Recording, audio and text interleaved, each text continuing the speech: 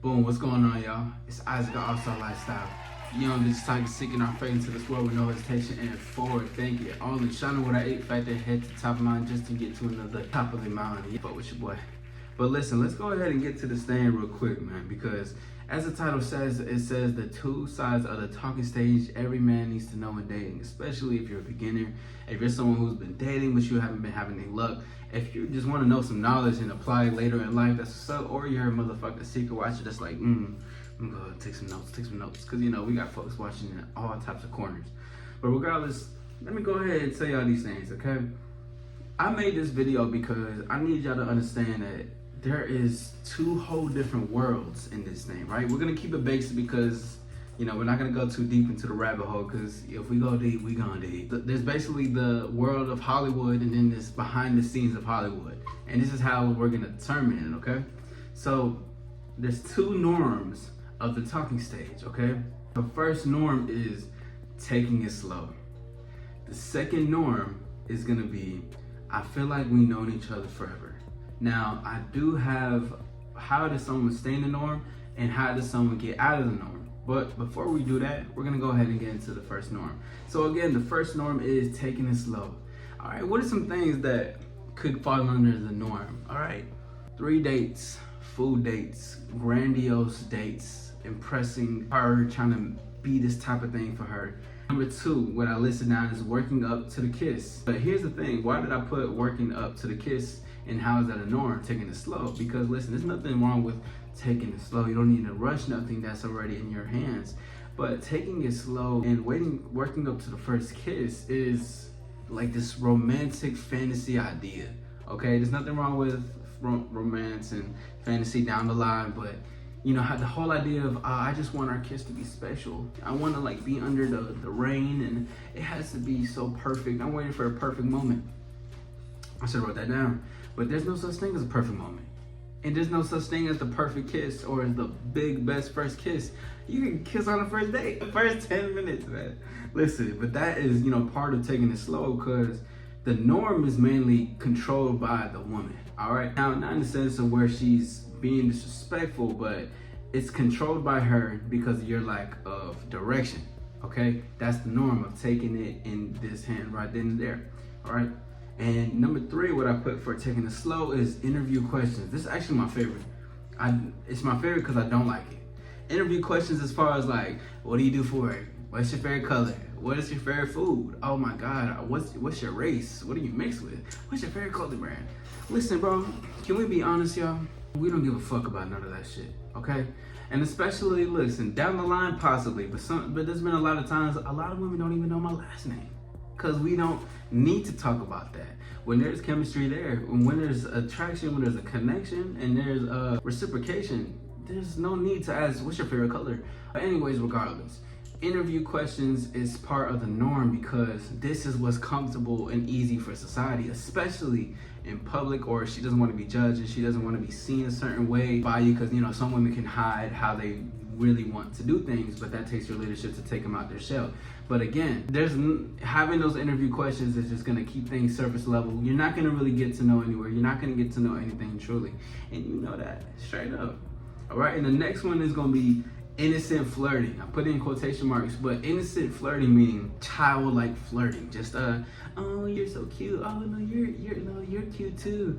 You know, all these kissy heart faces and stuff like that. You know, you can send those things down the line, but for this one specifically, it's just the innocent flirting it's not mature. You're not trying to get directly into it. You know, you're not really saying what you want to say. You want to flirt innocently, like, oh my God, you just have a smile that lights up the whole room when you walk in. You make heads turn like, Jesus Christ. Let's tone that down, okay? This is part of the norm, Jesus, and it's everywhere, bro, okay? The next one is gonna be dating each other's ego. This is actually a really good one because most people in this dating world, right, they're not really dating each other for connection. They're actually dating for settlement. They're dating to, I'm gonna be the superior one in control and you're gonna listen to me and I'm gonna run it because I'm tired of not running things in my life, or I was let down, or you know, I didn't have my way with him, whatever the fuck, or she's tired of, you know, getting smashed, whatever. But most guys and women want to date for their egos. They want to feel the importance of it. and be attached to, oh, I have someone that's gonna stay with me long term. You know where that can lead you? That can lead you to a place of resentment. That could lead you into a relationship where it's unfulfilling.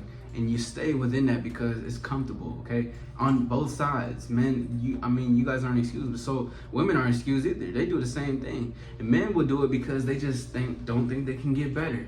So you're dating for the ego, you're dating for the satisfaction of, I can have someone here, oh my God, I'm lit. You know what I'm saying? Shit like that, okay? So now, let's go into the next one. How does someone stay in the norm? Okay, you stay in the norm by going in with expectations. And what do I mean by that? I mean, when you stay in the norm of expectations, you stay in the norm of, I have an expectation of how a relationship should be and a standard. So I'm gonna go into the dating world as in, this is what this expectation and standard is gonna be, or you're not gonna be with me. See, I'm not even trying to connect with the person in front of me.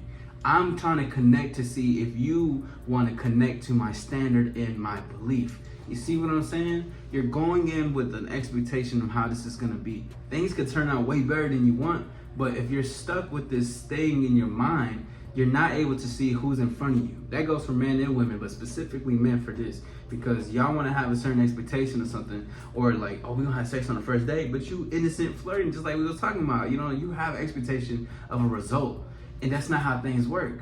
That's a part of control. Don't try to expect nothing. Things are better than what is going to be expected than how you think.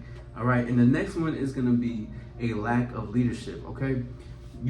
Most men have a lack of leadership. They have a lack of initiation, and they don't know how to give direction when it comes to women. Okay. You stay in the norm of that because you're showing who you are in these small little cracks. Because again, she will take the lead and control it some way, somehow. You can start off cool in the beginning. She's like, oh no, it's cool. I can do these things. I can do these things. Later on down the line, she's gonna be like, can you just pick? Like, goddamn, when you're so indecisive, can you just pick? Well, show leadership. It's gonna show up very well in the future once you do. Okay. And the next one is gonna be low self-esteem, shy, timid, and nervous. Okay.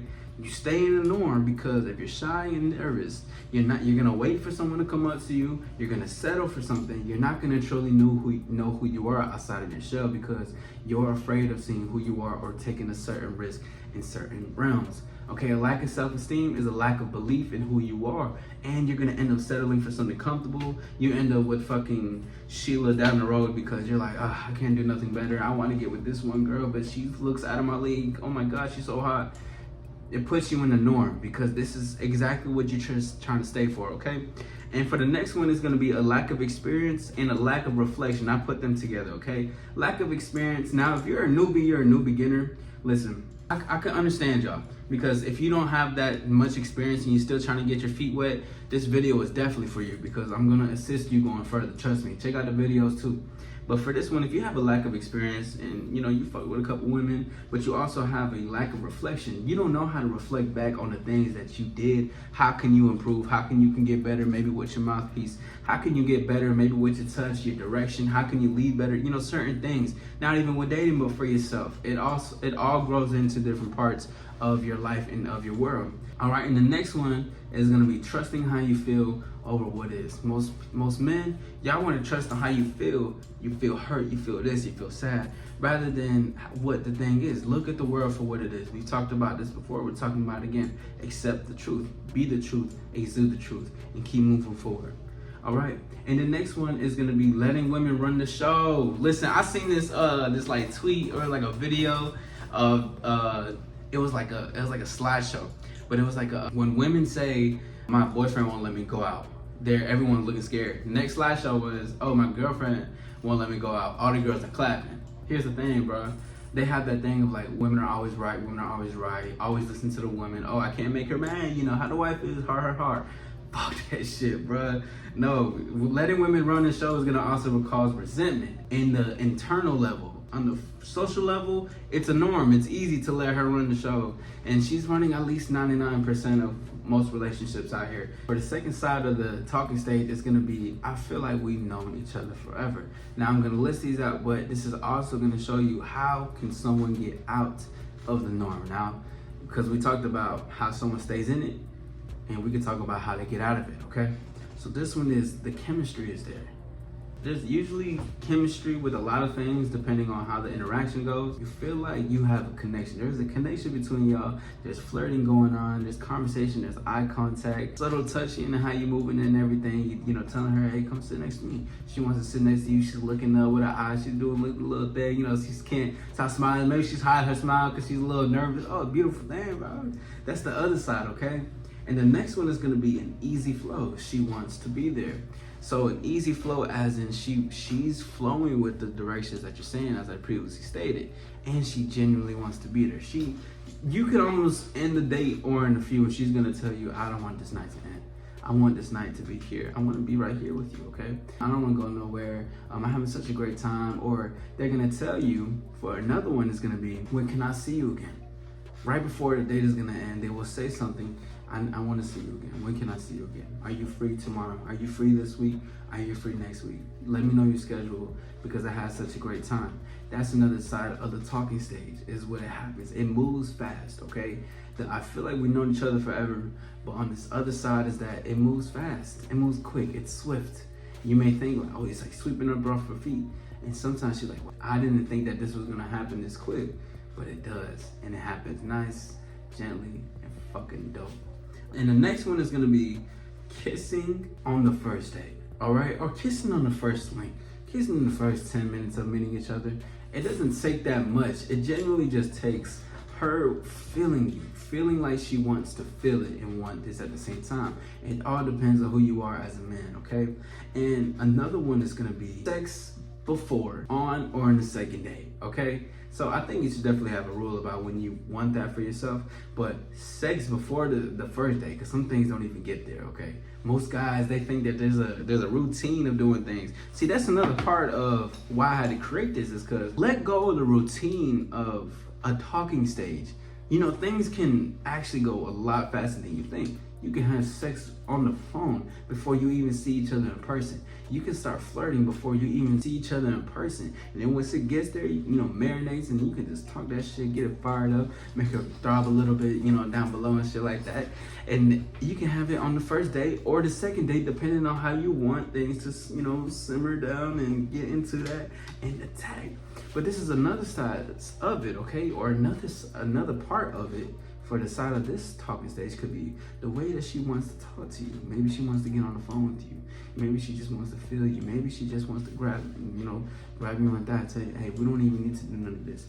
Another side of the talking stage is her sending you voice messages and paragraphs of she desires this and she likes this. She was glad, hearing the gratitude from her and being like, I'm glad that you said something. I really wanted to talk to you. And you know, I haven't done these things before, and she's gonna desire certain things, and she's gonna open up like a book. Another side of the talking stage is her gonna be open up like a book. She's gonna be free, she's gonna be open, she's gonna be truthful. She's gonna tell you things that she has done. She's gonna tell you things that she wants to confide in about, you know, some small freaky ass secrets. She's gonna open and show her freaky side to you because she feels as though she can trust you and that you won't judge her, because most women are judged. Don't forget that, okay? So she feels this dominance from you. So she's gonna show a little freaky. She's gonna be open. She's gonna be submissive. She's gonna show you all these little things about her, and you just, you know, keep that shit playing when it comes to it. All right, now how does someone stay in there? Someone stays in there by understanding who they are, having dominance within themselves, and leading and asserting, okay?